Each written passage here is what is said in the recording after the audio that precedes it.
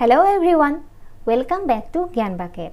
আজি ক্লাছত আমি 15টা গুৰুত্বপূৰ্ণ প্ৰশ্ন ডিসকাস কৰিম আমাৰ সংবিধানৰ ওপৰত ওকে আপোনালোকে যদি আমাৰ অসম গৱৰ্ণমেন্টৰ যি কোনো এক্সামৰ কাৰণে প্ৰিপাৰেচন কৰি আছে তেতিয়া হলে এই ক্লাছটো আপোনালোকৰ কাৰণে বহুত ইম্পৰ্টেন্ট হ'ব ওকে আমাৰ সংবিধানৰ পৰা এক্সামত জেনাৰেলি কোৱেশ্চন এটা থাকে ওকে তো আমাৰ যেটো সিৰিজ 2000 জিকে এই সিৰিজটোৰ আজি হৈছে পাৰ্ট 45 ওকে যদি কোনোবাই আগৰ পাৰ্টবোৰ চোৱা নাই আপোনালোকে আগৰ পাৰ্টবোৰ চাবৰ কাৰণে মই ডেসক্ৰিপচনত লিংক দি দিছো প্লেলিষ্টৰ তাৰ পৰা চাব পাৰিব So let's start the session. Pratham question to hoise how much time the Constituent Assembly took to frame the Constitution of India? Sangbidhanik sabhay kiman samoyot amar sangbidhankhon prostut kori uliaisile. To yar uttor to hoise 2 years, 11 months and 18 days. 2 বছৰ 11 মাহ আৰু 18 দিন লাগিছিলে গতে আমাৰ সংবিধানখন প্ৰস্তুত কৰি উলিয়াবৰ কাৰণে ওকে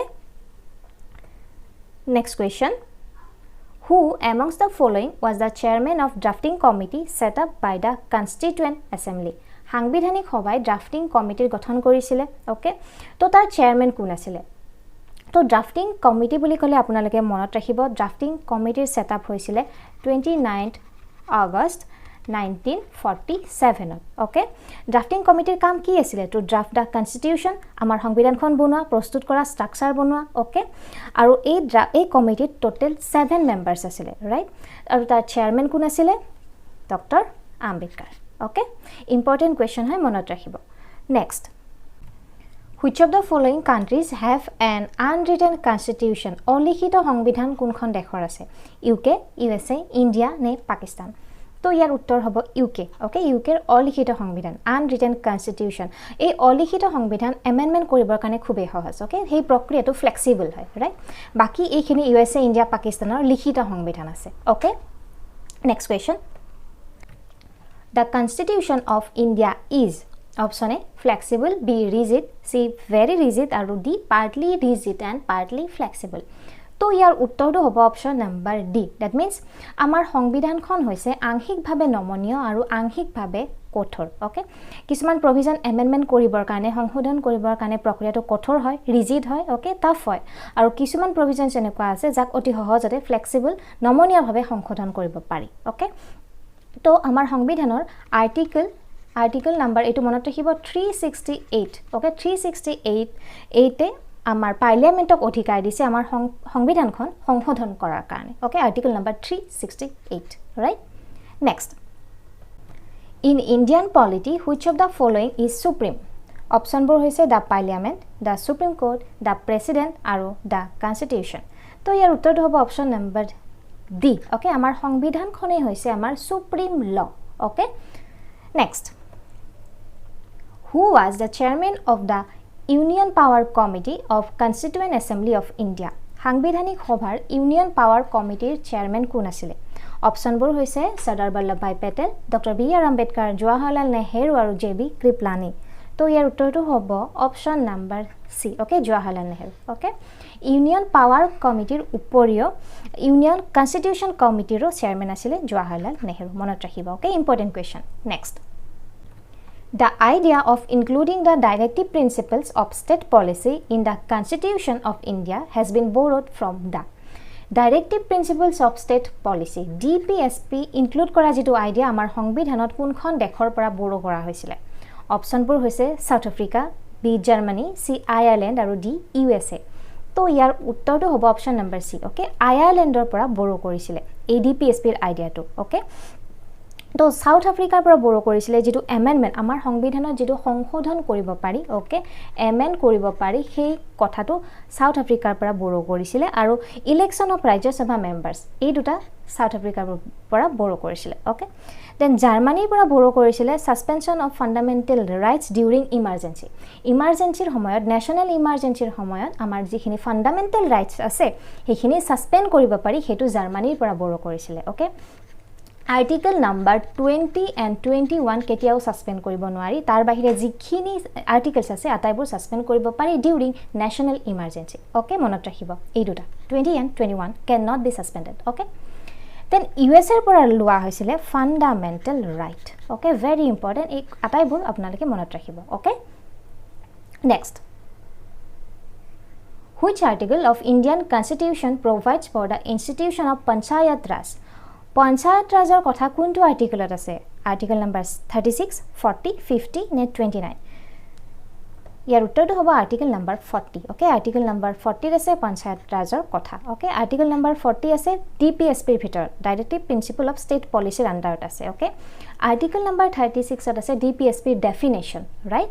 আৰু আৰ্টিকেল নাম্বাৰ 50 আমাক কি কয়? জুডিচিয়াৰী আৰু এক্সিকিউটিভ যে পৃথক, separation of judiciary from executive, সেই কথাটো আৰ্টিকেল নাম্বাৰ 50 আমাক কয়. ওকে, আৰু article number 29 specially for the minorities. Okay, মাইনৰিটিজৰ প্ৰটেকশ্যনৰ কাৰণে আৰ্টিকেল নাম্বাৰ 29 অপশ্যনত যিহেতু আছিলে আমি জানি থোৱাটো ভাল. ওকে, তো নেক্সট কুৱেশ্যন,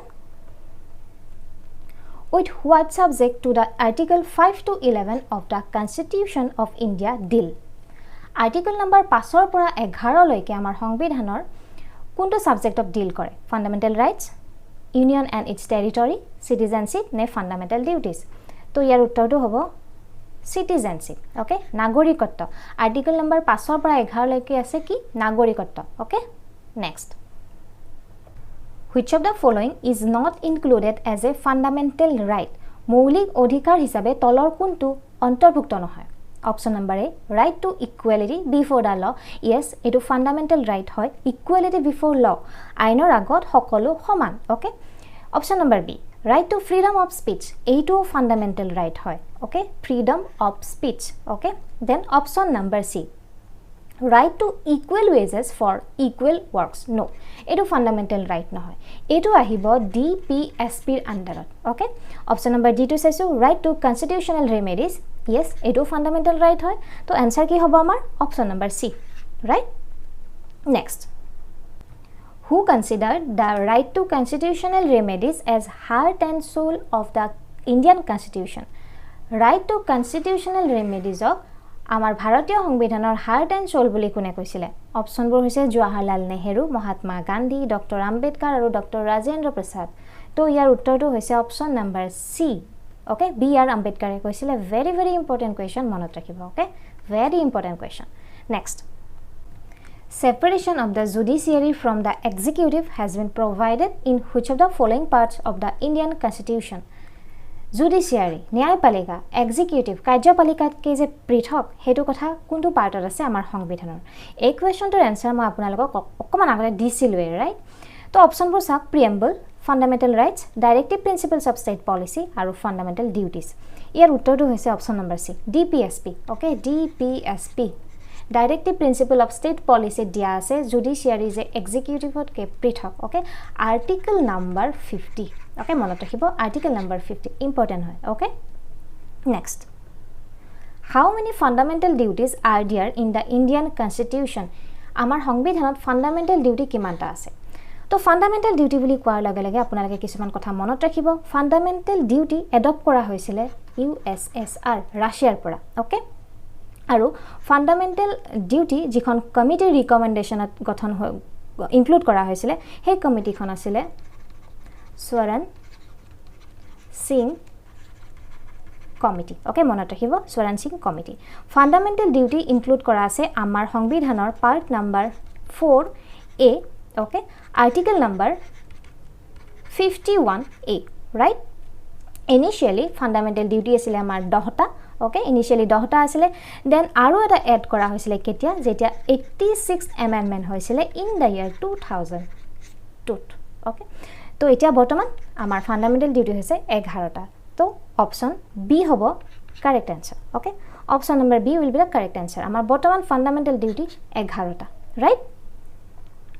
তো এতিয়া আপোনালোকে ইয়াৰ পৰা যিকোনো কুৱেশ্যন আহিলে কৰিব পাৰিব. তো আমি নেক্সট কুৱেশ্যনটো চাইছোঁ. The concept of welfare state is included in which part of the Indian Constitution? আমাৰ সংবিধানৰ কোনটো পাৰ্টত welfare state, কল্যাণকাৰী ৰাজ্যৰ বিষয়ে ইনক্লুড আছে? অপশ্যনবোৰ হৈছে fundamental rights, fundamental duties, preamble, DPSP, directive principles of state policy. তো ইয়াৰ উত্তৰটোও হৈছে DPSP, directive principle of state policy. Okay, ৰাজ্য যিকোনো এখন ৰাজ্যক কল্যাণকাৰী ৰাজ্য বনোৱাৰ কাৰণে, ৱেলফেয়াৰ ষ্টেট বনোৱাৰ কাৰণে ৰেছপনচিবল হয় state government. Okay, next, Which one among the following has the power to regulate the right of citizenship in India? Option 4, the Union Cabinet, the Parliament, the Supreme Court and the President. তো ইয়াৰ উত্তৰটো হ'ব the Parliament. Okay, Parliamentৰ হেতু power আছে citizenshipৰ যি কোনো ধৰক amendment কৰিব লাগে সেই পাৱাৰটো দিয়া হৈছে কাক পাৰ্লিয়ামেন্টক ওকে আৰ্টিকেল নাম্বাৰ 368 ৰ দ্বাৰা পাৰ্লিয়ামেন্টে যি কোনো নাগৰিকত্ব আইন আনিব পাৰে ওকে সংশোধন কৰিব পাৰে আমাৰ সংবিধানখনৰ right So this is for today guys. I hope আপোনালোকে সেশনটো ভাল পালে কোৱেশ্চনবোৰ নিশ্চয় ক্লিয়াৰ হৈছে যদি কিবা ডাউট আছে তেতিয়া হলে মোক কমেন্ট সেকশনত জনাব আৰু যদি আজিৰ ভিডিওটো ভাল পালে আপোনালোক যদি উপকৃত হ'ল তেতিয়া হলে মোক লাইক এটা কৰি জনাব আৰু আপোনালোকৰ ফ্ৰেণ্ডছৰ মাজত শেয়াৰ কৰিব আৰু যি সকলে প্ৰথমবাৰৰ কাৰণে ভিডিওটো চাইছে আমাৰ চেনেলটো সাবস্ক্ৰাইব কৰি নোটিফিকেশন বেলটো প্ৰেছ কৰিব নাপাহৰিব সো নেক্সট ক্লাছত বেলেগ কিছুমান কোৱেশ্চন মই ডিসকাস কৰিম নেক্সট ক্লাছত লগ পাম থ্যাংক ইউ ভেৰি মাচ